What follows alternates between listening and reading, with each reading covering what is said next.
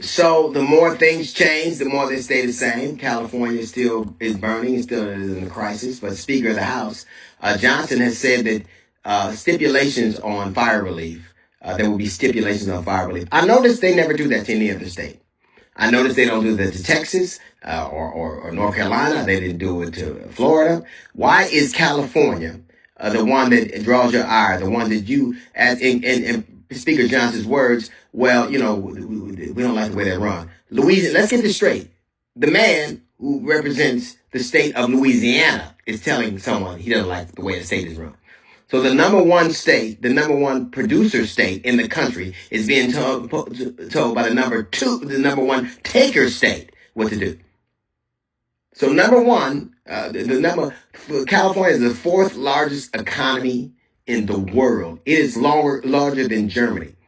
And Louisiana is a state of takers.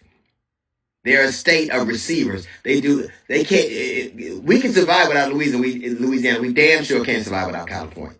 But at a time when people's homes have been lost, people have lost lives, people are wondering how to put things together, somebody has decided to politicize and make it worse. And somebody from one of the worst performing states in America is questioning someone's governance. The state that decided it would be great to put the Ten Commandments on the wall and then forget about them.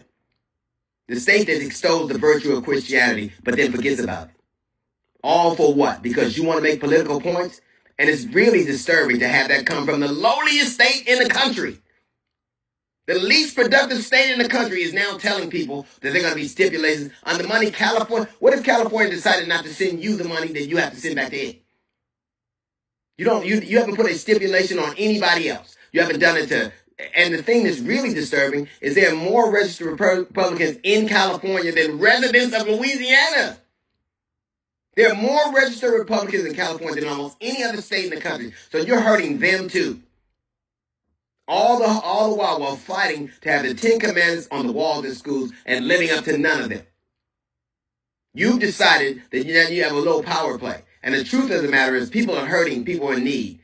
And it's disturbing that somebody from the lowliest state in the country, I'm not talking about productive wise, the lowliest state in the country, a taker state, is now saying we're going to put stipulations on the money we give you. The money you can have. Because we decided that. While at the same time, you're fighting to control a woman's body, you're putting the Ten Commandments on the wall, you're talking about Christianity. Why don't you do this? Why don't you keep monitoring your son's porno? And why don't you do your job and just dole out the money? Why don't you just make sure that people who need things get them from them? Why don't somebody from a taker state be appreciative that we still give to you?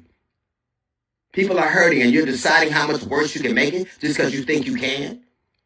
You have the temerity to talk about the way somebody's governed? Look around at the state you come from. And the thing about it is they would not do that to any other state in the country but California. Any other one. They act as if it's a foreign place in a foreign land. They act as if it's somewhere that's not connected to the United States of America. And the truth of the matter, Louisiana and those states take more than they give. At least, Speaker Johnson, you could pretend for one moment in your feeble-minded life to pretend like you give a damn. That's a little note from the GED section. Got Jazz Reports coming in 15 minutes. It's the D.L. Hughley Show.